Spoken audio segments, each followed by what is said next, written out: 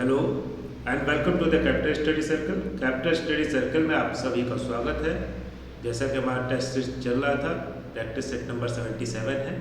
UP TGT, PGT civics या UPHSC, net, JRF या किसी भी लेक्चरर या असिस्टेंट प्रोफेसर या पॉलिटिकल साइंस से रिलेटेड कोई भी क्वेश्चन जहाँ से भी आते हैं, तो उस एग्ज़ाम के लिए ये टेस्ट सीरीज़ आपके लिए काफ़ी इम्पोर्टेंट है। और आपसे माफ़ी मांगते हैं, आई अपोलोजाइज़ कि पिछले कुछ दिनों से कोई टेस्ट सीरीज़ नहीं हो पा रही थी क्योंकि मेरी तबीयत काफ़ी ख़राब थी और चिकनगुनिया हो गया था, तो मैं काफ़ी बेड रेस्ट डॉक्टर ने बोला था, इसकी वजह से मैं वीडियो नहीं बना पा रहा था। लेकिन अब मैं ठीक हो गया हूँ काफ़ी हद तक, तो आपको फिर से ये टेस्ट सीरीज़ शुरू हो जाएगी और जब तक आपके एग्ज़ाम नहीं हो जाते तब तक टेस्ट सीरीज़ तो चलती रहेगी। इसके साथ ही जो क्लासेस चल रही हैं हमारी ऑनलाइन या ऑफलाइन, वो भी चलती रहेंगी। अगर आप उनको भी ज्वाइन करना चाहते हैं, जो कॉन्सेप्चुअल क्लासेस हैं, तो आप ज्वाइन कर सकते हैं हमारे फ़ोन नंबर या व्हाट्सएप नंबर पर मैसेज या कॉल करके। तो इससे पहले कि हम क्वेश्चन देखें, पहला जो टेस्ट सीरीज जो चल रही थी उसमें से हमने 75 क्वेश्चन कर लिए थे। तो अब जो बचा है पहला क्वेश्चन, अगर हम देखें तो 76 नंबर क्वेश्चन से शुरू हो रहा है। तो जैसा कि हम आपको बताते रहते हैं और ये भी लगातार उसको एक्सप्लेन भी करते हैं कि हिंदी और इंग्लिश दोनों मीडियम में इट्स अ बाइलिंगुअल क्लास, क्योंकि कई बार ऐसा होता है कि अगर आप हिंदी मीडियम के हैं तो कुछ चीज़ें इंग्लिश में बहुत ईजी होती है, हिंदी में कठिन होती है, तो आप इंग्लिश का देख लीजिए। और if you are English medium student then आप हिंदी में अगर देख लेंगे, क्योंकि इंग्लिश का प्रॉब्लम दैट कि कई बार वो फ्रेंच, स्पेनिश, लैटिन वर्ड जो होते हैं वो आ जाते हैं, तो इंग्लिश में तो वो कठिन हो जाते हैं, बट उसका जो हिंदी ट्रांसलेशन होता है वो बहुत ही सटीक होता है। तो हिंदी अगर आप देख लेंगे तो आपको वो काफ़ी बेनिफिशियल हो जाएगा। तो कम से कम किसी भी एग्जाम में 2-3 क्वेश्चन जो है, और मेरिट में आने और नहीं आने का भी वो क्राइटेरिया हो जाता है कि 2-3 क्वेश्चन का ही होता है। जो इससे पहले हमने बताया, एक तो रिवीजन, ये सब भी जरूरी है, वो हम बाद में बात करते रहेंगे। स्ट्रेटजी क्या होनी चाहिए इसके ऊपर भी हम क्लास ले लेंगे। तो पहला क्वेश्चन देख लेते हैं। भारत के संविधान के किस अनुच्छेद के प्रावधान के अंतर्गत राज्यपाल किसी विधेयक को राष्ट्रपति के विचार के लिए आरक्षित रख सकता है? Under provision of which of the following article of the constitution of India governor can reserve a bill for the consideration of the president of India. तो हमको मालूम है कि कोई भी जो बिल होता है वो एक्ट तभी बनेगा जब उस पर गवर्नर के साइन होंगे स्टेट के अंदर, और एट सिमिलरली सेंटर में प्रेसिडेंट के साइन होंगे। बस अंतर ये है, डिफरेंस ये है कि प्रेसिडेंट के ऊपर कोई नहीं है, यहाँ पे गवर्नर के ऊपर प्रेसिडेंट होते हैं। गवर्नर चाहे तो किसी बिल को रोक सकता है, रोक के वो प्रेसिडेंट के साइन के लिए रिजर्व कर सकता है कि जब तक प्रेसिडेंट उस पर साइन नहीं करेंगे तब तक हम इसको लागू नहीं होगा। अब ये पूछा है कि आर्टिकल कौन सा है। क्वेश्चन ये भी बन सकता है कि ऐसा क्या हो सकता है, बिल्कुल हो सकता है कि रोक सकता है। तो आर्टिकल यहाँ पे दिया 197, 198, 199, 200। तो सही आंसर क्या है इसका? 197 है, 198 है, 199 है और 200। तो इसका सही आंसर है कॉन्स्टिट्यूशन में आर्टिकल 200 ये पावर देता है गवर्नर को कि वो किसी भी बिल को प्रेसिडेंट के साइन के लिए, कंसीडरेशन के लिए भेज सकता है। और ये कई बार एक टूल बन जाता है सेंटर का दखलंदाजी का, कि अगर सेंट्रल गवर्नमेंट ही चाहेगी तो, क्योंकि गवर्नर जो अपॉइंट हुआ है सेंट्रल गवर्नमेंट की मर्जी से हुआ है, या जो प्राइम मिनिस्टर है या उनके जो कैबिनेट उनकी मर्जी से, तो वो चाहे तो किसी स्टेट के बिल को रुकवा सकते हैं और प्रेसिडेंट के लिए भिजवा सकते हैं। तो थोड़ा सा ये जो फेडरल सिस्टम है उसके अगेंस्ट में जाता है, इसलिए कई बार लोग बोलते हैं कि गवर्नर ही नहीं होना चाहिए, क्योंकि इलेक्टेड गवर्नमेंट है, जनता द्वारा चुनी गई गवर्नमेंट है, तो उसके ऊपर एक गवर्नर सेंट्रल का अपॉइंटी करना वो गलत है। आगे बढ़ते हैं, अगला क्वेश्चन देख लेते हैं। 77 नंबर क्वेश्चन। 77 नंबर क्वेश्चन क्या कह रहा है? According to rules of procedure and conduct of business in the Rajasthan Legislative Assembly, motion for discussion on a matter of public interest shall be given in writing and addressed to which of the following। अब ये यहाँ पे क्योंकि ये question Rajasthan जो lecturer का exam हुआ था वहाँ से लिया गया है, ये पूरी तरह सीरीज अगर देखेंगे तो वहाँ की है। तो ये लेकिन जो आइडिया है वो सभी स्टेट्स पे लागू होता है। तो यहाँ पे अगर ये लेजिस्लेटिव असेंबली से लिख देता, राजस्थान ना भी लिखे तो भी यही होगा। तो हिंदी में देख लेते हैं। राजस्थान विधानसभा की प्रक्रिया तथा कार्य संचालन संबंधी नियम के अनुसार लोक हित के किसी विषय पर चर्चा पर प्रस्ताव की सूचना लिखित रूप में संबोधित करते हुए निम्नांकित में से किसे दी जाएगी। तो ये एक तरह से बहुत ही आसान क्वेश्चन है और थोड़ा डिफिकल्ट भी है, क्योंकि इसके ऑप्शन देखेंगे। अध्यक्ष, विधानसभा सचिव, उपाध्यक्ष, मुख्य सचेतक, speaker, secretary of the legislative assembly, deputy speaker, chief. अब टेक्निकली तो दिया जाता है secretary of the legislative assembly को, लेकिन यहाँ पे लिखा है कि लिखित रूप से किसको देंगे, तो किसके नाम से लिखा गया है वो लिखा जाता है स्पीकर के नाम पे। तो स्पीकर जो होता है लोकसभा का जो अध्यक्ष होता है उसके नाम पे लिख के उसको लिखित रूप से संबोधित करते हुए उसको लोकहित का कोई मुद्दा होता है तो उसको बताना पड़ता है। आगे बढ़ते हैं, 78 नंबर क्वेश्चन देख लेते हैं। 78 नंबर क्वेश्चन क्या कह रहा है? निम्नांकित में से कौन सा अंतर्राष्ट्रीय नैतिकता की अवधारणा के आयाम है? तो ये एक क्वेश्चन जो है, इसमें अगर हम इधर से चले जाए इंग्लिश में देख ले, which of the following are the dimension of concept of the international morality. तो इसके ऑप्शन देख लेते हैं। अत्याचार का विरोध, राष्ट्रों को अपने हितों को समायोजित करने के तरीके और साधनों का पता लगाने की कोशिश करनी चाहिए, राष्ट्रों को नैतिक मूल्यों का पालन करना चाहिए। अब इसमें से है कि क्या क्या करना चाहिए। Which of the following are dimension of the concept of international morality. International morality नैतिकता की बात कर रहे हैं। अपोजिशन टू टायरेनी, अगर ऑब्वियसली अत्याचार का विरोध करना चाहिए। Nation should try to find out the ways and means to adjust their interest. अब नेशन इंटरेस्ट पे अगर फोकस करेंगे तो आप बहुत सी बार टायरेनी का अपोज नहीं करेंगे, बहुत बार कुछ गलत हो रहा है, कोई इंपीरियलिज्म कर रहा है, कोई फेक वॉर कर रहा है, कुछ भी कर रहा है तो उसका विरोध नहीं करेंगे। तो अगर नेशन इंटरेस्ट में क्या हो जाता है कि आप बहुत सी गलत चीज़ों का विरोध नहीं कर पाते, आप खुद भी गलत कर रहे हो तो नेशन इंटरेस्ट के नाम पे उसको जस्टिफाई कर सकते हैं, तो यहाँ पे नैतिकता कम हो जाएगी। तो ये तो नहीं होगा। Nation must pursue moral values, नैतिकता के लिए ऑब्वियसली मोरल वैल्यूज जरूरी। तो कौन सा सही हो गया? ए एंड सी सही हो गया। ए एंड सी किस में? 2 में, ये ही सही है। आगे बढ़ जाते हैं, 78 के बाद 79 देख लेते हैं। 79 नंबर क्वेश्चन क्या कह रहा है? मैच द लिस्ट है। सूची 1 को सूची 2 के साथ सुमेलित कीजिए तथा सूची के नीचे दिए गए कूटों का प्रयोग सही उत्तर का चयन कीजिए। Match list 1 with list 2 and select the correct answer using the codes given below the list. अब यहाँ पे टाइप ऑफ रियलिज्म है एंड थिंकर्स हैं, तो ये तो बहुत ही आसान भी कह सकते हैं कि क्लासिकल रियलिज्म। अब यहाँ पे आप देखेंगे तो क्लासिकल रियलिज्म किससे रिलेटेड है? थ्यूसिडाइड से, सभी को मालूम है। अगर आप देखेंगे क्लासिकल रियलिज्म, थ्यूसिडाइड। स्ट्रक्चरल रियलिज्म ये किससे है? जॉन मैरिसन से। नियो क्लासिकल रियलिज्म, अब यहाँ पे थोड़ा सा नियो क्लासिकल रियलिज्म जो है फरीद ज़कारिया से हो गया, रैशनल चॉइस जो है जोसेफ एम ग्रियोसिया से हो गया। तो परंपरागत यथार्थवाद थ्यूसिडाइड, क्योंकि थ्यूसिडाइड को माना जाता है ये एक तरह से यथार्थवाद उन्होंने दिया, जनक के रूप में माना जाता है। संरचनात्मक यथार्थवाद जॉन मर्साइमर जो है। नव परंपरागत यथार्थवाद फरीद ज़कारिया और तार्किक। तो इसका सही आंसर क्या हो जाएगा? आप देखें 1 2 4 3 2 इसका सही आंसर हो गया।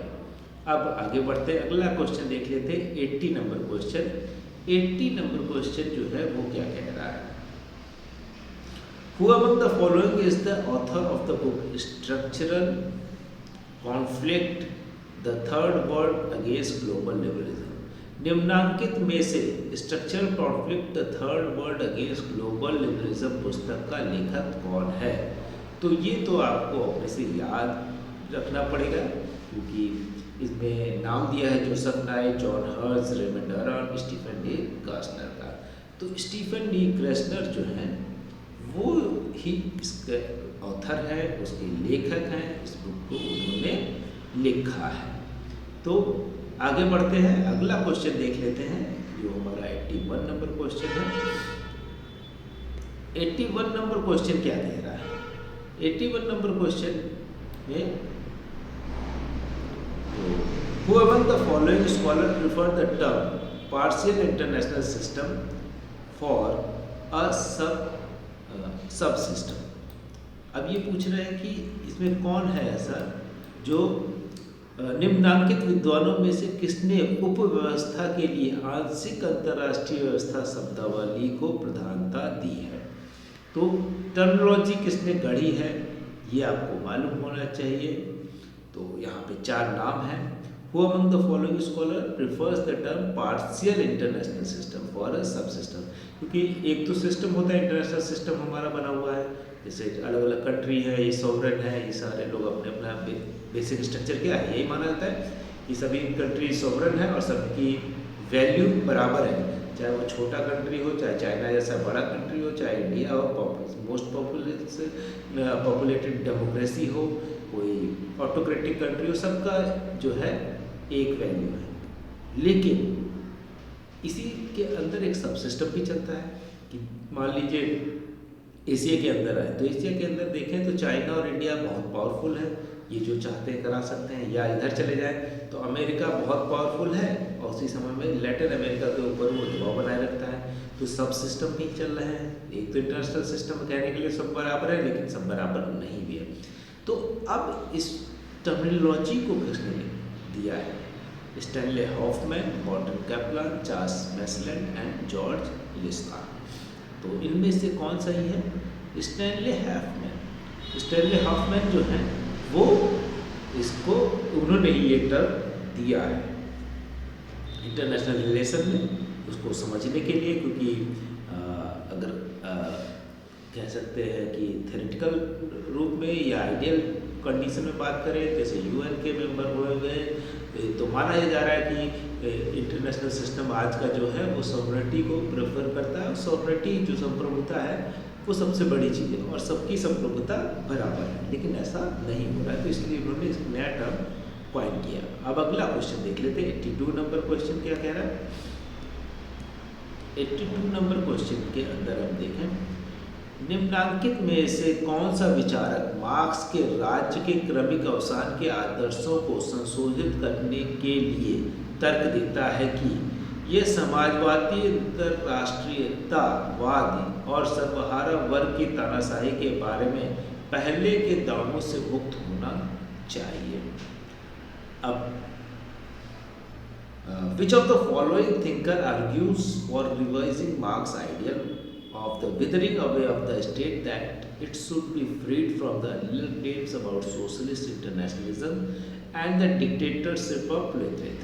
तो आप जानते हैं कि कार्ल मार्क्स का जो आइडिया था उसमें राज्य के क्रमिक अवसान, या जिसको हम कहते हैं withering away of the state, ये कहते हैं मार्क्स को। अगर आपने पढ़ा है, आप जानते हैं, तो कहते हैं कि एक टाइम आएगा धीरे धीरे राज्य की जरूरत ही नहीं होगी, जब सर्वहारा वर्ग जो है उसकी तानाशाही होगी, डिक्टेटरशिप ऑफ प्रोलेटरिएट होगी, तो उससे क्या बन जाएगा? समाजवादी या सोशलिस्ट स्टेट। और वो सोशलिस्ट स्टेट जो होंगे वो धीरे धीरे एक ऐसा मॉडल जो होगा जहाँ पे कोई एक्सप्लॉयटेशन किसी का नहीं होगा।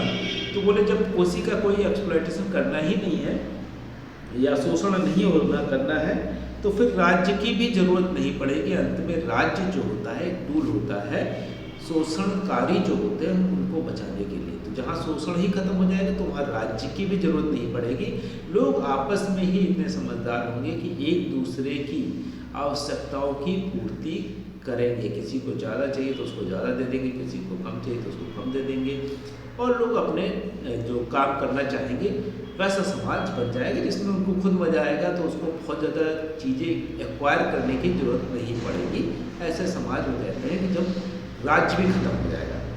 अब ये कह रहे हैं कि इस चीज़ों को कौन है जो कहते हैं कि यहाँ से थोड़ा सा हटाना पड़ेगा, आदर्श को संशोधित करने का तर्क देता है कि इसको इन चीज़ों को हटाएंगे तभी होगी। बहुत से लोग जो है आइडिया, मार्क्स के आइडिया से तो संतुष्ट रहते हैं, लेकिन जैसे ही तानाशाही आ जाती है, कहते हैं कि डिक्टेटरशिप ऑफ प्रोलेटरिएट या सर्वहारा की तानाशाही, तो वहाँ पर वो छिटक जाते हैं। या दूसरी तरफ है कि राज्य ही नहीं रहेगा, तो राज्य से एक अलग तरह का अटैचमेंट बहुत से लोगों को होता है कि राज्य या राष्ट्र जैसी चीज़ों से इमोशनल अटैचमेंट बहुत ज़्यादा होता है लोगों का। तो ज़्यादातर लोगों का होता है, बहुत से लोग उससे ऊपर भी निकल सकते हैं। तो वो कह रहे हैं कि ये चीज़ें आपको बदलनी पड़ेगी। अब ये कौन कह रहे हैं? नॉम चॉम्स्की, हम सभी जानते हैं नॉम चॉम्स्की अभी भी लगातार कुछ कुछ बोलते रहते हैं। अमेरिकन थिंकर है, पोस्ट मॉडर्निस्ट है, और उनके आइडियाज़ लगातार आते रहते हैं। अमेरिकन गवर्नमेंट का बहुत क्रिटिक हैं और पूरे लिबरल आइडिया के बहुत बड़े क्रिटिक हैं। जुगर हैबरमास जो है, या जोफ्रॉम लियोटार्ड, या जैक्स डेरिडा भी जो है पोस्ट मॉडर्निस्ट हैं। इनका बहुत ही फेमस आइडिया है कि रीड बिटवीन द लाइन्स, की जो चीज़ें नहीं लिखी उसको कैसे पढ़ेंगे, इस तरह की चीज़ें। तो अगर हम देखें इसका सही आंसर जो है क्या है? जोरेग हैबरमास। हैबरमास जो है मार्क्सवाद में संशोधन चाहते हैं। He was to review the Marxism, कि रिवाइज करने की ज़रूरत है। There is need of revision of in Marxism in particular section, not the entire idea of class, but at the same time कि basic things like withering away of state and dictatorship of proletariat, these things must be revised in Marxism। तो ये सही answer क्या होगा? 2। आगे बढ़ते हैं, अगला क्वेश्चन देख लेते हैं। 82 के बाद 83 में देखिए क्या लिखा है। निम्नांकित में से कौन सा विचारक अंतरराष्ट्रीय राजनीति के प्रकारात्मक समाजशास्त्री उपागम से संबंधित है? Which of the following thinker is associated with the functionalist sociological approach in international relation? तो आपको ये बताना है कि फंक्शनलिस्ट सोशियोलॉजिकल अप्रोच, जब हम अंतर्राष्ट्रीय संबंध पढ़ते हैं तो उसमें बहुत से अप्रोच है जिसको हम हिंदी में उपागम कहते हैं। तो वो अप्रोचेस क्या है? फंक्शनलिस्ट सिस्टम क्या कहता है कि हर एक इंस्टीट्यूशन का एक फंक्शन है और सभी सारे अपने अपने फंक्शन। मान लीजिए जैसे स्ट्रक्चर फंक्शनलिज्म भी होता है, स्ट्रक्चरलिज्म भी होता है। तो स्ट्रक्चर में क्या है? हर एक चीज़ का स्ट्रक्चर है, कंप्लीट स्ट्रक्चर ही डिपेंड करता है कि चीज़ें कैसे चलेंगी। अब स्ट्रक्चर तो है, लेकिन हर स्ट्रक्चर का अपना एक फंक्शन है। हमारा जुडिशरी है, उसका एक फंक्शन है। पार्लियामेंट है, उसका एक फंक्शन है। ब्यूरोक्रेसी उसका एक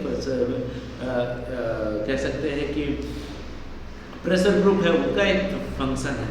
तो हर एक चीज़ का एक फंक्शन है, उस फंक्शन के थ्रू ही अभी सोशियोलॉजिकल फंक्शन ग्रुप के अप्रोच की बात कर रहे हैं कि सोसाइटी के अंदर ये तो टेक्निकल टर्म हो गए, इसके अलावा सोशल स्ट्रक्चर भी अपना फंक्शन प्ले करता है। जैसे कि सोसाइटी के अंदर लोग शादी कर रहे हैं, ना भी करें, ये भी हो सकता है। बहुत सी सोसाइटी में कम कर रहे हैं, या बहुत सी सोसाइटी में पीयर प्रेशर बहुत ज़्यादा है कि वो हर एक चीज़ को मैनेज करना चाहती है सोसाइटियाँ।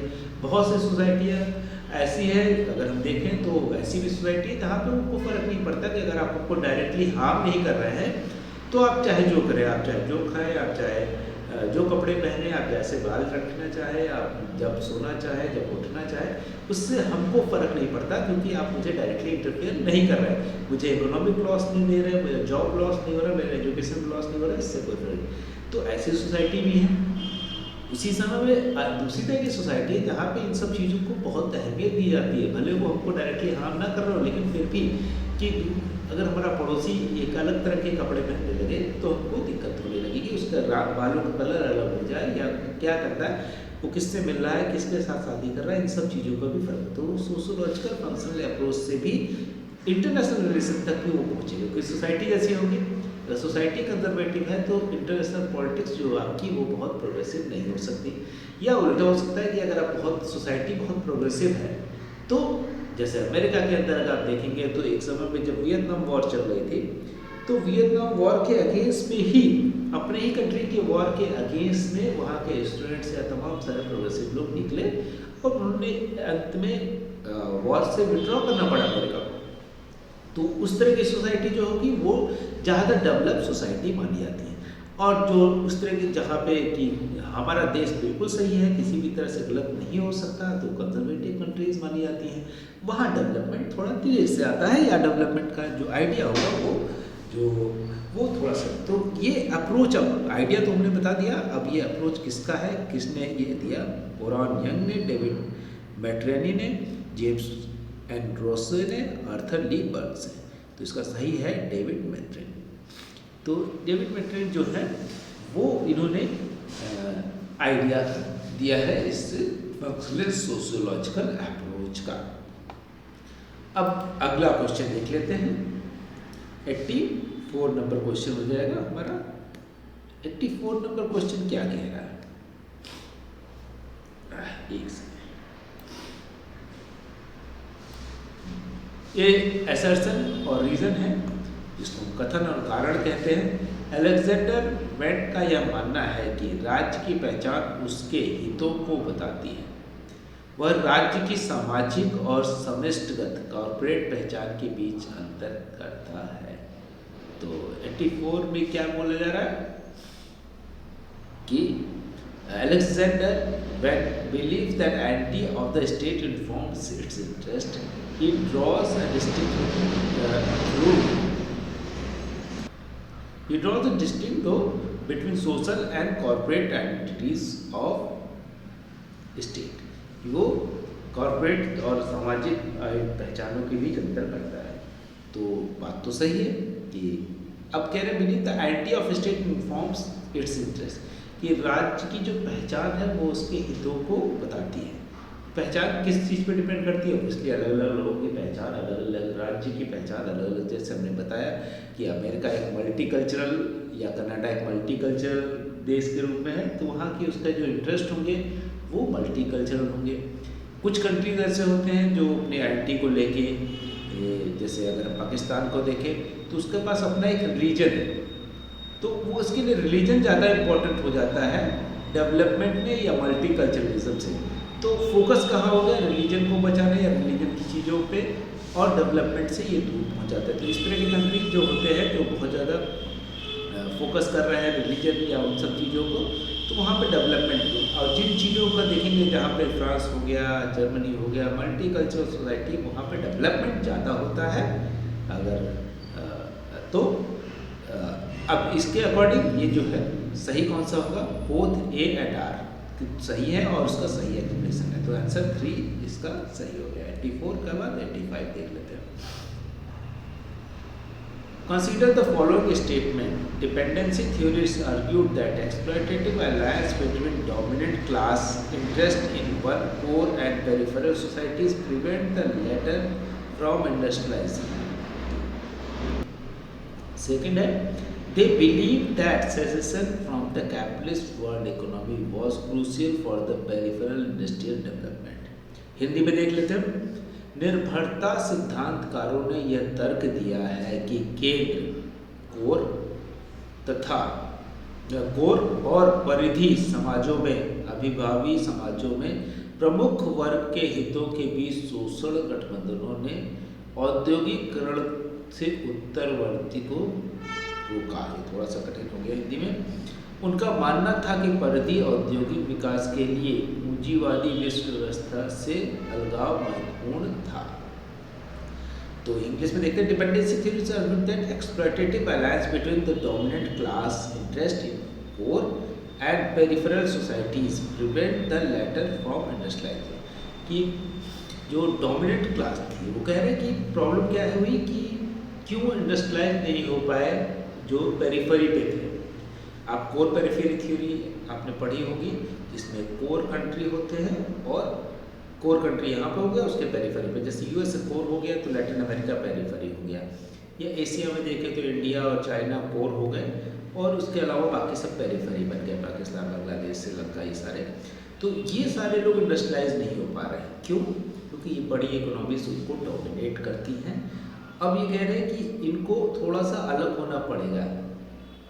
इंडस्ट्रियल डेवलपमेंट जो है peripheral, believe that secession from capitalist world economy was crucial for peripheral industrial development, कि इनका जो कैपिटलिस्ट इकोनॉमी सिस्टम था, क्योंकि ये लोग क्या बन गए, ये प्रोड्यूस नहीं कर रहे थे, जो पेरिफेरी थी, जो परिधि वाले लोग थे, ये सिर्फ कच्चा माल देते थे कोर को, और कोर को बढ़ा हुआ पका हुआ माल दे दिया, और वो तो अल्टीमेटली इनके पास पैसा कम हो गया, इनके पास पैसा ज़्यादा हो गया। तो इसका जो आंसर हो गया कि दोनों ही बातें सही है, both one and two are correct. आगे बढ़ते हैं 85 के बाद 86 देख लेते हैं। 86 नंबर क्वेश्चन क्या कह रहा है? Who among the following thinkers is called as Pope of the international relation? ये तो सिंपल सा है कि बहुत बड़े थिंकर है, और क्योंकि यहाँ पे लिखा है कि इंटरनेशनल रिलेशन के कौन है, तो आप सभी जानते हैं कि इंटरनेशनल रिलेशन के जो एक तरह से पहली बार मॉडर्न वर्ल्ड में अगर देखें तो इंटरनेशनल रिलेशन को अप्रोच देने वाले और रियलिस्ट अप्रोच देने वाले हैंस मार्गेथाउ, इन्हीं को माना जाता है। हैंस मार्गेथाउ जो है रियलिस्ट अप्रोच के भी जनक माने जाते हैं, इंटरनेशनल रिलेशन के भी पोप माने जा रहे हैं, कि इन्होंने ही पहली बार टेक्निकली इंटरनेशनल रिलेशन को स्टडी की, और उसके बाद उन्होंने जो थ्योरीज लाई, उस थ्योरीज के बेसिस पे इंटरनेशनल रिलेशंस को जज करना या उसको पढ़ने का आइडिया दिया। तो 86 का ए सही हो जाएगा, फर्स्ट सही हो जाएगा। 87 पहुँच जाते हैं। 87 नंबर क्वेश्चन क्या कह रहा है? Which of the following thinkers and analysis was closely associated with the Cold War and believed that bipolarity is more stable and provides a better guarantee of peace and security than does multipolarity? अब ये देखिए फिर से question अच्छा है बहुत। निम्नांकित में से कौन से विचारक का विश्लेषण शीत युद्ध से निकटता से जुड़ा था तथा यह मानता था कि द्विध्रुवी अधिक स्थिर होता है बहुध्रुवी की तुलना में, बहुध्रुवता की तुलना में शांति और सुरक्षा की बेहतर गारंटी प्रदान करता है? केनेथ वॉल, जोसेफ नाय, बाब गुडमैन, गॉर्डन मर्चेंट। तो केनेथ वॉल सही आंसर तो है, केनेथ वॉल। क्यों? क्योंकि ये एक रियलिस्ट थे, उदारवादी, यथार्थवादी, और ये जानते थे कि द्विध्रुवी बाइपोलैरिटी के अंदर जब हम यूएस और यूएसएसआर था उस समय देखिए डेवलपमेंट भी ज़्यादा हो रहा था, उस समय स्टेबिलिटी भी ज़्यादा थी, वॉर भी बहुत कम होती थी, टेंशन हमेशा बनी रहती थी, लेकिन वॉर बहुत कम हुई जब बाइपोलर था। आज के समय यूनिपोलर हो गया, या कह सकते हैं मल्टीपोलर हो गया जब वॉर, तो लगातार वॉर हो रही, चाहे भी आप रशिया यूक्रेन वॉर, इतने लंबी वॉर कभी भी कोल्ड वॉर पीरियड में नहीं चली। तो केनेथ वॉल जानते थे कि वो बेटर सिस्टम था, बाइपोलर सिस्टम। आगे बढ़ते हैं 86 के बाद 87 के बाद 88 देख लेते हैं। 88 में क्या किया जा रहा है? 88 नंबर का which of the following scholars are associated with the study of personality factor in decision making approach? निम्नांकित में से कौन सा अध्येता निर्णय निर्माण उपागम में व्यक्तित्व कारक के अध्ययन से संबंधित है? अब डिसीजन मेकिंग थ्योरी क्या है? डिसीजन मतलब है कि निर्णय लेना या डिसीजन लेने का थ्योरी। अब ये इंटरनेशनल रिलेशन में भी होता है, मैनेजमेंट में भी होता है, बिजनेस एडमिनिस्ट्रेशन में भी होता है, लेकिन डिसीजन लेने का कई कारण बताया गया। उसमें क्या होना चाहिए? रैशनैलिटी होनी चाहिए, नॉलेज होनी चाहिए, इंफॉर्मेशन होनी चाहिए, ये सारी चीज़ें बताई गई हैं डिसीजन मेकिंग थ्योरी में, कि आप डिसीजन तभी लेंगे ना कि जब आपके पास ऑप्शन हो, दो चीज़ों के ऑप्शन हो तभी आपको डिसीजन लेना पड़ेगा। अब डिसीजन लेने के लिए ऑप्शन तो है, लेकिन आपके पास तर्क नहीं, किस बेसिस पे ले, अक्कड़ पकड़ करके ले या क्या से ले? तो रैशनैलिटी जो तर्क है वो भी होना चाहिए कि ये हमारे लिए ज़्यादा बेनिफिशियल है। इसके अलावा इंफॉर्मेशन होनी चाहिए। अब रैशनैलिटी आएगी कैसे? रैशनैलिटी तो तभी आएगी जब आपके पास उस चीज़ की इंफॉर्मेशन होगी। आपको बोला जाए कि दो कंट्री दे दी जाए कि युगांडा से या अल्जीरिया से आपको किससे बेटर रिलेशन बनाने हैं। तो आप अभी यूएस और रसिया बोल रहे थे तो आप फिर भी आप सोच सकते थे। अब अल्जीरिया और युगांडा से करना तो कैसे सोचेंगे आप कि किसको प्रायोरिटी दी जाए। आप तो आप क्या करेंगे, अब आपके पास इंफॉर्मेशन होनी चाहिए, फिर उसके रैशनैलिटी होनी चाहिए, तब आप उस ऑप्शन होना चाहिए, दो ऑप्शन हैं, तब आप उस ऑप्शन में से एक चूज़ करेंगे। तो अब यहाँ पे ये चीज़ें तो बता दी गई, लेकिन बाद में क्या हुआ कि सेम कंडीशन में अगर आप देखेंगे तो अलग अलग पर्सनालिटी जो है कि कोई स्ट्रॉन्ग लीडर होगा, कोई कमज़ोर लीडर होगा, या कोई फ्यूचर को देखता होगा, कोई प्रेजेंट को देखता होगा कि हमको इसी समय कोई अपनी इमेज के पीछे होगा कि हमको अगर हम अभी स्ट्रॉन्ग डिसीजन नहीं लेंगे तो मेरी इमेज खराब हो जाएगी। अब इससे देश को क्या नुकसान होगा, ये लॉन्ग टर्म में हमको क्या मतलब, हम तो रहेंगे नहीं, क्योंकि देश इंटरनेशनल रिलेशन में 50 साल बाद क्या होगा, तो 50 साल बाद जो आदमी प्राइम मिनिस्टर है या जो आदमी प्रेसिडेंट है कहीं का, चाहे वो डोनाल्ड ट्रंप हो या हमारे देश के प्रधानमंत्री हो या इमरान खान हो या पुतिन हो, पुतिन आज वॉर तो कर रहे हैं, लेकिन 50 साल बाद उस वॉर का क्या असर होगा रसिया पे, उनको सोचने की जरूरत नहीं, क्योंकि वो खुद ही नहीं रहेंगे। तो आइडिया क्या है कि एग्रेसिव तो हो गए पुतिन, लेकिन उस एग्रेशन का क्या लॉन्ग टर्म फायदा होगा या नुकसान होगा, ये चीज़ें भी पर्सनालिटी पे डिपेंड करती हैं। अब बोले कि डिसीजन मेकिंग में पर्सनालिटी भी एक बड़ा रोल प्ले कर रहा है, ना कि सिर्फ तर्क का। तो तर्क तो ये कहता है कि कई बार पीस मेंटेन किया जाए, लेकिन क्या हो रहा है, पीस मेंटेन ना करके वॉर में लोग जा रहे हैं, एग्रेसिव हो रहे हैं, एक दूसरे से लड़ाई झगड़ा कर रहे हैं। तो यहाँ पे पर्सनालिटी, अब ये पूछा जा रहा है कि पर्सनालिटी कौन ऐसा व्यक्ति है जो पर्सनालिटी पे ज़्यादा फोकस कर रहा है। इनमें से ये थिंकर्स दिए Alexander L George, Lester Milburn, Margaret Hermann. तो अगर देखेंगे तो एक तरह से तीन के तीनों ही जो हैं ये व्यक्तित्व कारक जो है पर्सनालिटी को भी डिसीजन मेकिंग थ्योरी का एक अभिन्न हिस्सा, इंटीग्रल पार्ट मानते हैं। इसलिए सही आंसर क्या हो जाएगा, फोर्थ का 88 का फोर्थ, ए बी सी तीनों ही सही है। आगे बढ़ते हैं 88 के बाद 89 देख लेते हैं। निम्नांकित में से किस विद्वान ने अपनी पुस्तक द स्ट्रेटजी ऑफ कॉन्फ्लिक्ट में खेल सिद्धांत की आलोचना की है। अब खेल सिद्धांत हम जानते हैं क्या है। Who among the following scholar criticized the game theory in his book titled The Strategy of Conflict? Game theory में अलग अलग गेम हैं, बहुत से चिकन नेक थ्योरी है, या प्रिजनर्स डायलेमा है, या जीरो सम गेम है, या नॉन जीरो सम गेम है। इस तरह के तमाम सारे हमने आपको गेम पढ़ाए भी हैं। तो वो सारे गेम्स जो हैं एक तरफ तो गेम है, लेकिन कौन, एक तरफ तो आज इंटरनेशनल पॉलिटिक्स इनको बहुत ज़्यादा, क्योंकि ये कैलकुलेट करके बता सकते हैं, ये मैथमेटिकल हैं, ये न्यूमेरिकली सॉल्व किया सकते हैं, तो ये काफ़ी प्रोमिनेंट रखते हैं। उसी समय में जो है कौन उसको क्रिटिसाइज भी कर रहा है कि गेम थ्योरी सही चीज़ नहीं होती। ऑब्वियसली अगर गेम थ्योरी इतनी सुटेबल होती तो रसिया और यूक्रेन को वॉर नहीं करने पड़ते, दोनों तरफ के थिंकर बैठ जाते हैं, या यूएस या दूसरे कंट्री, यूएस को अफगानिस्तान के अंदर या इराक के अंदर या ईरान पर अटैक नहीं करना पड़ता, उनके पास तो बहुत बड़े थिंकर पॉलिटिकल साइंटिस्ट हैं।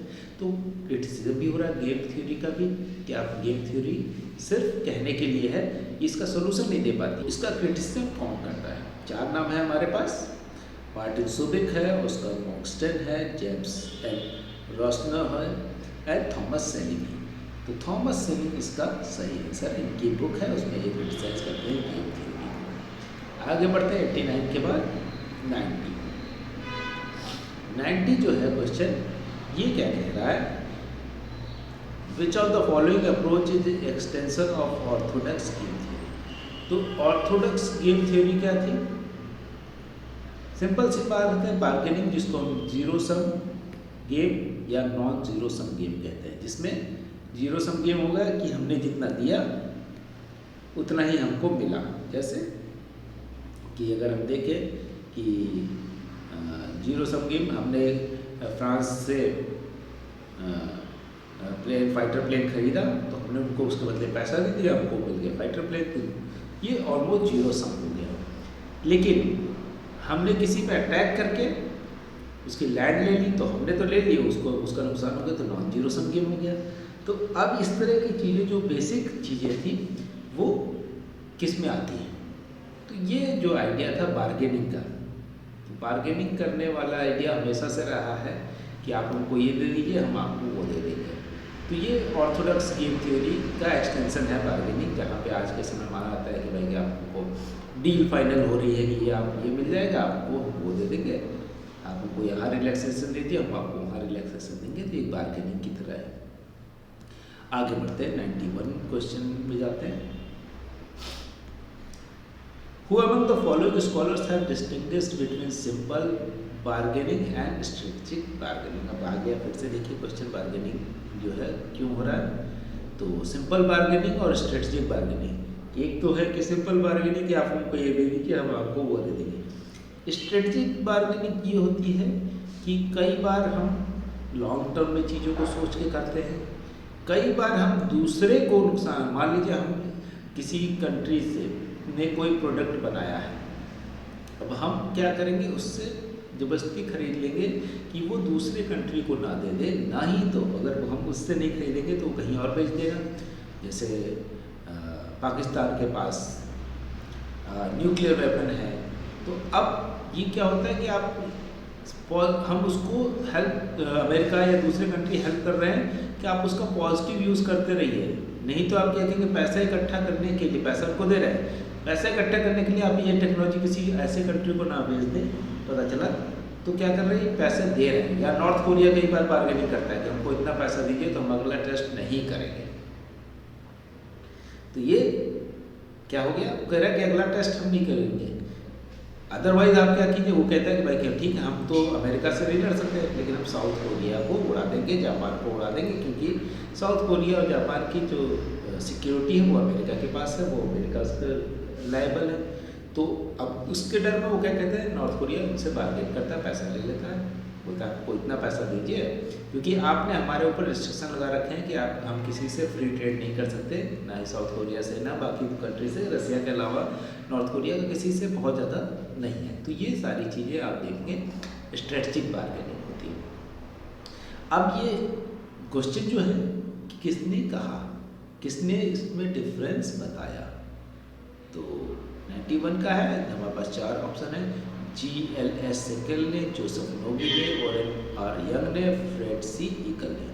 तो सही आंसर क्या, फ्रेड सी इकल ने बताया इसको, डिफरेंस बताया कि सिंपल और स्ट्रेटजिक बार्गेनिंग। आगे बढ़ते हैं, 92 नंबर क्वेश्चन देख लेते हैं। 92 नंबर क्वेश्चन हमारा क्या कह रहा है, Which of the following are the primary power structures according to Susan Strand? Susan Strand एक बड़े थिंकर हैं जो पावर स्ट्रक्चर को और काफ़ी अच्छे से डिफाइन करती हैं। अब उनका आइडिया क्या है कि नॉलेज स्ट्रक्चर, प्राइमरी स्ट्रक्चर में क्या क्या हम डालते हैं, knowledge structure, financial structure, security structure, production structure. तो एक तरह से देखें तो अगर आप उसको पढ़ेंगे इनके प्राइमरी पावर स्ट्रक्चर को, तो ये चारों चीज़ें ही सबसे पहले दी हुई हैं। इसके अलावा जो चीज़ है वो सेकेंडरी स्ट्रक्चर में आती है, जैसे आप देखेंगे सॉफ्ट पावर हो गई या दूसरी चीज़ें कल्चरल पावर हो गई, सब चीज़ें होती हैं, ये सब चीज़ें बाद में आती हैं। ये नॉलेज, फाइनेंशियल, सिक्योरिटी और प्रोडक्शन स्ट्रक्चर ये प्राइमरी पावर स्ट्रक्चर है, जिनके पास प्रोडक्शन है, सिक्योरिटी सही है, फाइनेंशियल स्ट्रक्चर है और नॉलेज स्ट्रक्चर। इसी वही कंट्री डेवलप कंट्री बनते हैं, वही पावरफुल कंट्री माने जाते हैं। जैसे अगर हम देखें रसिया को, USA को, जर्मनी को, फ्रांस को, जापान को, तो इनके पास क्या नॉलेज भी है, जैसे फाइनेंशियल स्ट्रक्चर भी इनका है, सिक्योरिटी भी अच्छी है, क्योंकि जैसे इंडिया जैसे कंट्री, फ्रांस से हम खरीद रहे हैं, इकोनॉमिकली हमसे कमज़ोर है, लेकिन फिर भी नॉलेज और सिक्योरिटी के मामले में ऊपर से प्रोडक्शन अच्छा हो रहा है। तो और फाइनेंस इंडिया का भी अपना एक रोल है, क्योंकि हमारा फाइनेंशियल स्ट्रक्चर तो अच्छा है, भले बाकी चीज़ें उतनी अभी नहीं हो पाई, तो वो चीज़ें होने से ये कहें कि ये 4 चीज़ें जिसकी अच्छी है वो पावरफुल है, जिसकी नहीं है, मान लीजिए अरब कंट्री है, अरब कंट्रीज़ के पास पैसा बहुत ज़्यादा है, उनका प्रोडक्शन स्ट्रक्चर ठीक है क्योंकि ऑयल बेच रहा है, या फाइनेंशियल स्ट्रक्चर कह सकते हैं, प्रोडक्शन तो सबका मिला के होगा, फाइनेंशियल स्ट्रक्चर तो अच्छा है, लेकिन फिर भी पावरफुल कंट्री नहीं मानते। क्यों? उनका पैसा बहुत है वहाँ पे। ज़्यादातर आदमी लोग फरारी या जो कार है सोच नहीं सकते, ज़्यादातर लोग उसमें चलते हैं। सब कुछ अच्छा है, परफेक्ट है, लेकिन क्या है, नॉलेज स्ट्रक्चर उनका कमज़ोर है। प्रोडक्शन भी बाकी चीज़ों का नहीं करते हैं, सिक्योरिटी खरीद के कर सकते हैं, अपना खुद बनाते नहीं, इसलिए वो पावरफुल कंट्री नहीं माना जाता है। या हम इंडिया जैसे, हमारा बेसिक चीज़ें थोड़ी थोड़ी सब कुछ है, लेकिन बहुत अच्छा नहीं है। उसी समय में अगर हम देखें जापान को, जो छोटे कंट्री है, उनका नॉलेज स्ट्रक्चर अच्छा है, फाइनेंशियल स्ट्रक्चर अच्छा है, सिक्योरिटी में थोड़ा कॉम्प्रोमाइज़ कर रहे हैं क्योंकि उनके सिक्योरिटी उनके ऊपर डिपेंड नहीं करती, प्रोडक्शन अच्छा है। तो ये चारों चीज़ें मिला के इसीलिए जापान बहुत ज़्यादा पावरफुल नहीं माना था, लेकिन फिर भी एक पावरफुल कंट्री माना जाता है। तो इंटरनेशनल रिलेशन को आपको समझने के लिए थोड़ा सा नॉलेज होना जरूरी है। आगे बढ़ते हैं, 93 नंबर क्वेश्चन देख लेते हैं। Who among the following thinker claims that an overriding concern for the national interest is a matter of unavoidable necessity and therefore subject to classification neither as good nor bad? अब ये हिंदी में देख लेते हैं इसी को कि निम्नांकित विचारकों में से कौन यह दावा करता है कि राष्ट्रहित के लिए एक अधिभावी चिंता अपरिहार्य आवश्यकता का विषय है और इसका वर्गीकरण ना तो अच्छे या बुरे के रूप में है। कि नेशनल इंटरेस्ट जो है, राष्ट्रहित, वो एक ऐसी अनअवॉइडेबल नेसेसिटी बन गई कि अब वो जरूरत ही बन गई, उसको अब अवॉइड नहीं किया सकता है कि राष्ट्रहित देखना ही पड़ेगा। अब उसको अच्छा कहें या बुरा, क्योंकि राष्ट्रहित में दोनों चीज़ होते हैं। राष्ट्रहित में कई बार कोई भी राष्ट्र अच्छा करेगा, कई बार गलत भी कर सकता है किसी दूसरे राष्ट्र के साथ या किसी अपने ही इंडिविजुअल के साथ राष्ट्रहित में।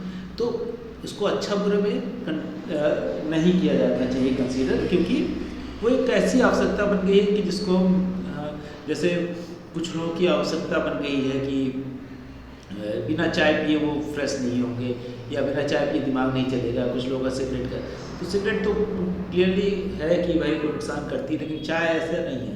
तो अब या कोई दूध पीता हो कि दूध एक आवश्यकता बन गई है, वो आवश्यकता बन गई है तो आवश्यकता तो है, लेकिन अब उसको अच्छा कहा जाए बुरा कहा जाए कि उसके बिना वो काम ही नहीं कर पा रहा तो बुरा हो जाएगा, लेकिन वो अच्छा भी है उसकी हेल्थ के लिए, उसके काम के लिए। तो अब इसी तरह से राष्ट्रहित के बारे में भी यही है कि राष्ट्रहित अच्छा भी है और बुरा भी है, उसको अच्छा बुरे में कैटेगराइज नहीं किया सकता। अब ये कौन कह रहा है 93 का? कि हमारे पास है Michelle Doyle, George F Cannon, Christian Rose Smit and Terry Nardin. तो सही आंसर क्या है? क्रिश्चियन रेस्मिट। क्रिश्चियन रेस्मिट जो है ये कहते हैं कि राष्ट्रहित को ऐसा वर्गीकरण किया ना तो अच्छा है ना ही बुरा है। आगे बढ़ते हैं, 94 नंबर क्वेश्चन देख लेते हैं। 94 नंबर क्वेश्चन क्या कह रहा है?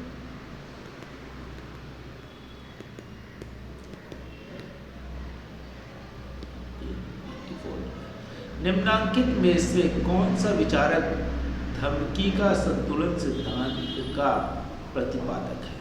Who among the following thinker is propounder of balance of threat theory? अब ये बैलेंस ऑफ थ्रेट थ्योरी जो है ये एक बुक है, किसने लिखी है? स्टीफन वॉल्ट ने, डेविड कैम्पबेल ने, रॉबर्ट जे वॉगनर ने, जस्टिन रोजबर्ग ने। तो इसका सही आंसर स्टीफन वॉल्ट, इनकी बुक है बैलेंस ऑफ थ्रेट और थ्योरी। इनकी बुक में धमकी का सिद्धांत या कह सकते हैं, थ्रेट ऑब्वियसली धमकी होता है, तो धमकी का सिद्धांत ये इनकी बुक है। आगे बढ़ते हैं, 95 नंबर क्वेश्चन देख लेते हैं। निम्नांकित विद्वानों में से किसने सामूहिक सुरक्षा के सिद्धांत को यथास्थिति के संरक्षक के रूप में परिभाषित किया है? Who among the following scholars termed the principle of collective security as custodian of status quo? अब इसमें से फिर से देखना है कि कौन है। वार्नर लेवी है, कार्ल लोवेनस्टीन है, वॉल्टर लिपमैन है, लेनर्ड एम गुडरिच। तो इसका सही आंसर क्या है? Karl Lowenstein. इन्होंने बोला है कि कस्टोडियन ऑफ स्टेटस को है, कि जो स्टेटस को है, कलेक्टिव सिक्योरिटी का मतलब आप जानते हैं कि अगर एक पे अटैक होगा तो सब पे अटैक मान लिया जाएगा। तो इससे क्या होगा? अब कोई किसी पे अटैक नहीं करेगा, इधर वाले भी ऐसे बना लेंगे तो क्या होगा? आपस में अटैक नहीं होगा। आज के कॉन्टेक्स्ट में देखें तो ये इम्पोर्टेंट हो जाता है कि अगर यूक्रेन नाटो का पार्ट होता, जो कि कलेक्टिव सिक्योरिटी के कॉन्सेप्ट में चलता है, तो यूक्रेन पे रसिया जो है यूक्रेन पे वॉर नहीं करता, क्योंकि बाकी सारी कंट्री मिलके उसके अगेंस्ट में जाते हैं। तो ये बोले कि ये स्टेटस को बनाए रखता है, कार्ल लोएस्टिन ने बनाया। आगे बढ़ते हैं 95 के बाद 96 देख लेते हैं। 96 नंबर क्वेश्चन क्या कह रहा है। 96 नंबर जो है क्वेश्चन, इसमें मैच द फॉलोइंग है। तो जानते हैं न्यूक्लियर नॉन प्रोलिफरेशन ट्रीटी जो है, जिसको हम NPT भी कहते हैं, ये कब साइन हुई? तो इसको हम सभी जानते हैं 1968 में, जब कोल्ड वॉर चल रहा था, एक तरफ लगातार टेस्ट हो रहे थे न्यूक्लियर वेपन के, तो नॉन प्रोलिफरेशन के अब हम टेस्ट नहीं करेंगे, ये हो गया। इसके अलावा अगर हम स्ट्रेटेजिक आर्म्स लिमिटेशन ट्रीटी की बात करें, जिसको हम हिंदी में या मतलब सॉरी शॉर्ट फॉर्म में सॉल्ट कहते हैं, सॉल्ट फर्स्ट की बात कर रहे हैं। तो सॉल्ट फर्स्ट कब हुआ था? 1972 में। इसी से अगर देखें तो थोड़ा एक और आगे देखें, सॉल्ट 2 कब हुआ था? 1979 में। तो ये एक्स्ट्रा इन्फॉर्मेशन रखिए, सॉल्ट 1, सॉल्ट 2। इसका intermediate nuclear force treaty INFT भी कहते हैं 1987 में। और स्ट्रेटेजिक ऑफेंसिव प्रिडिक्शन ट्रीटी, ये क्या हो गया? 2002 में। ये किसके बीच हुआ है? USA और रसिया के बीच में, क्योंकि फिर से टेंशन बढ़ती है जब, उसके बाद देख लेते हैं। ए का फोर्थ किस में है? ए का फोर्थ, एक सेकंड, ए का 2 1968, ए का 2 ये है, इसमें है, एक ही में है, 1 ही सही होगा, इसका सही है, इसमें तो कुछ सोच रहे नहीं। एक भी आपको मालूम है तो आप आसानी से कर सकते हैं। आगे बढ़ते हैं 97 number. Which of the following president of United States of America proposed Star Wars program? ये अच्छा क्वेश्चन है। अब स्टार वॉर प्रोग्राम, इसका दूसरा नाम क्या है आपको मालूम होना चाहिए। इसको the strategic defence initiative, strategic defence initiative SDI कहते हैं, और उसी को जो है लोकल टर्म में कह दिया गया स्टार वॉर्स। क्या हो रहा था एक समय में, सोवियत यूनियन और USA लगातार टेस्ट कर रहे थे ट्रीटी करने का। अभी हमने ट्रीटी पढ़ी, ट्रीटी करते थे आपस में कि हमने जो है अपनी धरती पे टेस्ट नहीं करेंगे। तो बोला ठीक है, अपनी धरती पे टेस्ट जो ट्रीटी में हुआ उसका कि समुद्र के एरिया में कर लिया। फिर हुआ कि नहीं, हम अपने जो धरती है, समुद्र है, उस पर भी नहीं करेंगे। तो क्या हुआ, टेस्ट का आइडिया ही निकाला गया कि स्टार वॉर, इसीलिए कि आसमान में टेस्ट कर लेंगे, और इसी तरह से चीज़ें चली। और इसके अलावा एंटी ब्लास्टिक मिसाइल की अगर अटैक हो जाता है तो क्या करें, उसको हवा में ही डिस्ट्रॉय कर दें। तो इन सब चीज़ों को बचने के लिए जो स्ट्रेटेजिक डिफेंस इनिशिएटिव लिया गया था कि न्यूक्लियर वेपन आएगा उधर से तो हम हवा में ही उसको खत्म कर देंगे, तो उसको नाम दिया गया स्टार वॉर्स। और ये इसको कह सकते हैं प्रपोज करने वाले और कौन थे? रोनाल्ड रीगन, उस समय प्रेसिडेंट थे। आगे बढ़ते हैं 98 नंबर क्वेश्चन देख लेते हैं। 98 नंबर क्वेश्चन में क्या कहा जा रहा है? Whoever the following thinkers have given a notion of 5 maxims of nuclear ethics। तो अभी हम बात कर रहे थे कि किस तरह से न्यूक्लियर जो आइडिया है उसमें क्या क्या हो रहा है कि धरती पे नहीं करेंगे तो समुद्र में कर लिया, आसमान में कर सकते हैं, या इस तरह की तमाम सारी चीज़ें अलग अलग तरीके से लूप होल ढूंढ के लोग अलग अलग कंट्री उसका मिसयूज़ कर रहे थे। तो बोले कि मैक्स कम से कम मिनिमम ये एथिक्स होने चाहिए। ये कौन देता है? वॉल्जर, जी सुल्ज, जोसेफ नाई, जी पेरोविच। जोसेफ नाई इसका सही आंसर है। 5 मैक्सिमम न्यूक्लियर एथिक्स देते हैं, और वो 5 मैक्सिम्स क्या है वो एक बार देख लीजिए। कि सेल्फ डिफेंस जो फर्स्ट है, self defence is just but limited cause की सेल्फ डिफेंस जो है उसके बेसिस पे आप बहुत कम ही मतलब लिमिटेड कॉज में सेल्फ डिफेंस आप बनाएंगे कि आपने आत्मरक्षा के लिए हमने कर दिया यूज़, ये लिमिटेड होना चाहिए। Never treat nuclear weapon as a normal weapon, कि जो न्यूक्लियर वेपन है वो नॉर्मल वेपन नहीं है, वो extra to extraordinary condition में ही यूज़ किए जाने चाहिए। तीसरा क्या, minimise harm to innocent people, कि ऐसी जगह पे न्यूक्लियर वेपन चलाएं जहाँ पे कम से कम हार्म हो, जैसे यूएस ने जब न्यूक्लियर वेपन चलाए थे तो क्या हुआ था, हिरोशिमा नागासाकी में तमाम सारे इनोसेंट पीपल मरे, जो आर्मी जो सपोर्ट भी नहीं कर रहे थे, हो सकता है वो अपने ही कंट्री के अगेंस्ट में हो, वॉर के अगेंस्ट में, वो भी मारे गए। जो इसके अलावा फोर्थ क्या है, reduce risk of nuclear war in near term, कि जल्द जितना देर से हो सके उतनी देर में करना चाहिए न्यूक्लियर। इसके अलावा reduce reliance on the nuclear weapons over time, कि जो न्यूक्लियर वेपन है उस पर रिलाई नहीं करना चाहिए। आप अगर युद्ध में भी जा रहे हैं तो जितना देर से हो सके, जितना कम से कम हो सके, जितना आत्मरक्षा को उतना आसानी से यूज़ नहीं करना चाहिए कि हमने तो आत्मरक्षा के लिए कर दिया। आत्मरक्षा के लिए तो कभी भी यूज़ कर सकते हैं, क्योंकि हल्का से भी कुछ भी अटैक होगा तो आपको कह सकते हैं। तो ये जोसेफ नाइन ने 5 मैक्सिमम है कि जब अति हो जाए तभी आप न्यूक्लियर वेपन यूज़ कर सकते हैं, अदरवाइज नहीं करना चाहिए।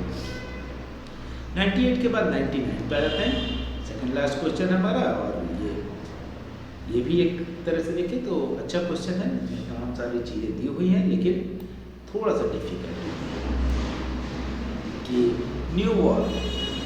अब न्यू वॉर अगर आप देखेंगे तो किससे रिलेटेड है, ये एक बुक है new and old war, new and old war करके एक बुक है। इसको किसने लिखा है, मैरी कार्डोन ने। तो फर्स्ट का तो फोर्थ हो गया, फर्स्ट का फोर्थ अगर आप देखेंगे तो सिर्फ इसमें है। नेटवर्क वॉर किसमें हो गया, इसका फर्स्ट आ गया, बाग डोफिल्ड ने। रिस्क ट्रांसफर वॉर क्या हो गया, मार्टिन सॉ ने। और liberal way of war M Tello ने। तो इसका सही आंसर 3 हो गया। आगे बढ़ते हैं 99 के बाद 100। लास्ट क्वेश्चन है, निम्नलिखित में से किसने यह विचार दिया कि परंपरागत सेना हारती है यदि वह नहीं जीतती, और गुरिल्ला जीतता है यदि वह हारता नहीं है। Who among the following has given view that conventional army loses if it does not win, the guerrilla wins if it does not lose। अब आप देखेंगे तो इसमें बहुत सी स्टोरी भी अगर आप देखेंगे क्या हो गया, क्यों ऐसी बात कर रहे थे, क्योंकि ये इसका कॉन्टेक्स्ट ये है वियतनाम वॉर का। वियतनाम वॉर में अमेरिका की फोर्सेस हार के आती हैं, तो क्या होता है वहाँ के जो होची मिन थे कह सकते हैं, वियतनाम बहुत छोटा सा कंट्री था, बहुत कमज़ोर कंट्री था आर्मी पावर के हिसाब से, लेकिन वो लोग गुरिल्ला वॉर लड़ते थे। वो क्या कहते थे, जाते थे रात में, जो अमेरिकन आर्मी कैंप होते थे उस पर अटैक करके भाग जाते थे जंगलों में। तो इससे क्या हुआ, अमेरिका जैसी फोर्स भी लगातार अपने आर्मी अपने सोल्जर्स खोती रही, और एक टाइम पर उनको लगा कि हम जितना फ़ायदा नहीं मिलेगा वियतनाम वॉर से, उससे ज़्यादा हम अपना जो इंडिविजुअल्स हैं, जो आर्मी पर्सन्स हैं, अपने जो रिसोर्सेज हैं, अपना जो पैसा है वो खर्च कर रहे हैं। एक टाइम के बाद वियतनाम को छोड़ के वापस आना पड़ा और गुरिल्ला जीत गए एक तरह से देखा। तो इसी के लिए वहाँ के एक बहुत बड़े थिंकर हैं हेनरी किसिंगर, वो उस समय सलाहकार भी थे और पॉलिटिकल इंटरवेंशन के आज के समय के बहुत बड़े थिंकर माने जाते हैं हेनरी किसिंगर। इन्होंने ये बात इसीलिए कही कि अगर हम जीतते नहीं हैं तो भी हमारी हार है, टेक्निकली ये कहना चाह रहे हैं। और वो हार वो जीते ना भी, सिर्फ हमको भगा ही दें, वापस हमको आना पड़ जाए तो भी वो जीत गए।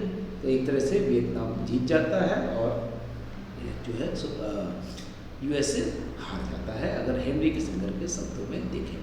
तो यहाँ पे आज हमारा क्वेश्चन खत्म होता है, 100 क्वेश्चन हो गए हैं। आगे के क्वेश्चन नेक्स्ट सीरीज में करेंगे। अगर आप हमसे जुड़ना चाहते हैं तो हमें फ़ोन नंबर पे या व्हाट्सएप नंबर पे कॉल कर सकते हैं या मैसेज कर सकते हैं। हमारा ऑफलाइन क्लासेस ऑनलाइन क्लासेस दोनों चल रही हैं। और अगर कोई क्यूरी है, आपको ये वीडियो कैसा लगा, अगर सही लगा तो आप कमेंट कर सकते हैं, लाइक कर सकते हैं, शेयर कर सकते हैं। और फिर अगर आप लगातार सुनते रहते हैं हमारा वीडियो तो उसको सब्सक्राइब कर सकते हैं, जिससे जब भी हम वीडियो को, कई बार अभी फ्रिक्वेंसी कम हो गई है, पहले तो हम रोज़ चाहते थे लेकिन तबीयत खराब होने की वजह से मेरे तो कई दिनों से मैं वीडियो नहीं डाल पा रहा था, लेकिन अब कोशिश करूँगा लगातार वीडियो डालता रहूँगा। तो आप अगर सब्सक्राइब कर लेंगे तो तुरंत नोटिफिकेशन मिल जाएगा जैसे ही ये आपके पास पहुँचेगा। तो यहाँ पे ही बात ख़त्म करते हैं। Thank you very much. आप ये सारी डिटेल है जिसको आप किसी भी तरह हमें कांटेक्ट कर सकते हैं। कोई भी क्वेरी हो, किसी भी तरह के सजेशन हो, या आपको किसी भी तरह की परेशानी हो तो आप कॉल कर सकते हैं। मैसेज कर सकते हैं।